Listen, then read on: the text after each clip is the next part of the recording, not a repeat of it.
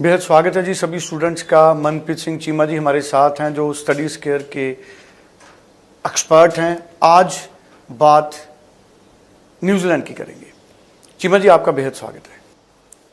शुक्रिया, thank you so much.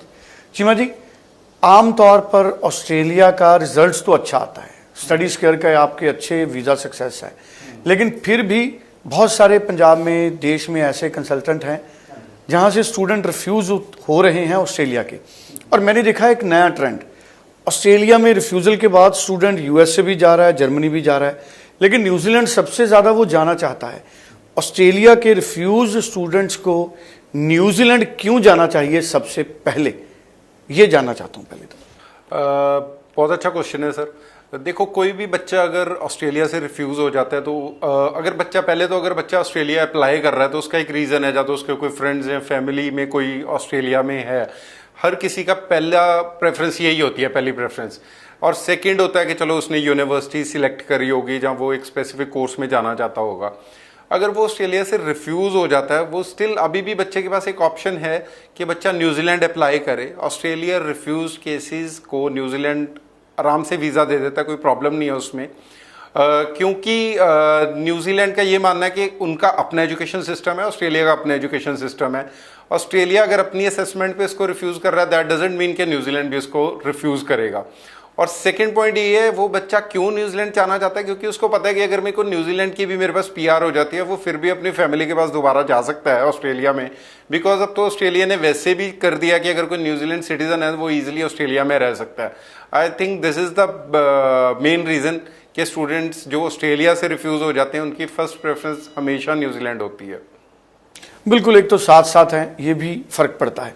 अगर हम अब न्यूजीलैंड की बात करें, अभी न्यूजीलैंड में कौन से इनटेक इमीडिएट हैं जिसमें हमारे स्टूडेंट, क्योंकि अगर कोई 23 पास आउट ऑस्ट्रेलिया से रिफ्यूज है तो मुझे लगता है इमीडिएट इनटेक वो ऑस्ट्रेलिया का न्यूजीलैंड का देख रहा होगा। बिल्कुल बिल्कुल सर। तो अगर कोई बच्चा न्यूजीलैंड अप्लाई करना चाहता है तो इमीडिएट इनटेक है सर, नवंबर इनटेक अवेलेबल है बच्चे के पास, और ऑलमोस्ट सारे बैचलर्स, डिप्लोमा और मास्टर्स में कोर्सेज अवेलेबल हैं। नवंबर के बाद जनवरी फरवरी इनटेक है। So as soon as if student wants to apply, I think जो नवंबर इनटेक है उसमें बच्चे को अप्लाई करना चाहिए। नवंबर इनटेक, बिल्कुल ठीक है। और जो फंड्स हैं, न्यूजीलैंड में ज़्यादा चिंता स्टूडेंट्स को फंड्स की रहती हैं। अभी 3 महीने के फंड्स कौन दिखा सकता है और 6 महीने के किसको ज़रूरी है? सर, न्यूजीलैंड में क्या है, फंडिंग का एक, मेरे ख्याल से बच्चे सुन लेते हैं इधर उधर से कि बहुत मुश्किल है, जहाँ फंड्स होते नहीं है। कोई ज़्यादा फर्क नहीं है न्यूजीलैंड में भी। आपको 1 साल के फंड्स दिखाने और 2 साल की प्रोजेक्शन दिखानी होती है उसमें बेसिकली। तो अगर बच्चा 1 साल के फंड्स दिखा रहा है, जैसे वो दूसरे कंट्रीज में दिखा रहा है, अगर वो उसने ऑस्ट्रेलिया में फंडिंग अरेंज करी थी और उसका रिफ्यूज़ हो गया तो उसके बाद फंड्स तो रेडी पड़े हैं। और 2 साल के आगे जो प्रोजेक्शन है उसमें बच्चा एजुकेशन लोन भी दिखा सकता है, कोई पॉलिसीज दिखा सकता है। तो it's not tough to show the financials in New Zealand, easily हो जाएगा, कोई प्रॉब्लम नहीं है। बिल्कुल ठीक है।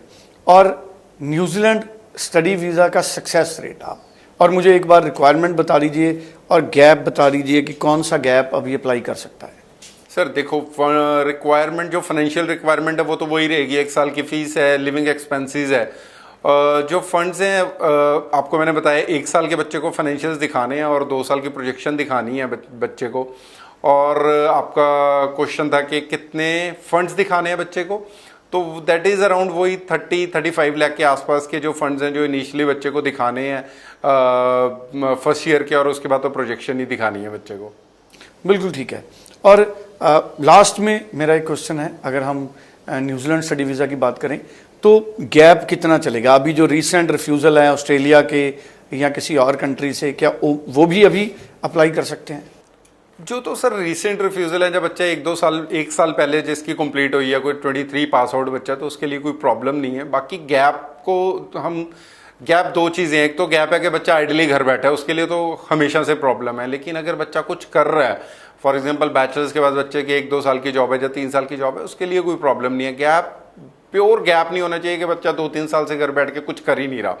तो वो अगर 1 साल का गैप है तो it's not a issue, visa easily आ जाएगा।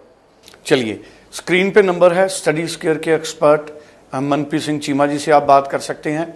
इंडिया के किसी भी हिस्से से आप स्टडीज केयर के इस नंबर से संपर्क कर सकते हैं और क्लैरिटी हासिल करके आप अपनी फाइल लॉन्च कर सकते हैं। Thank you so much. Thank you sir.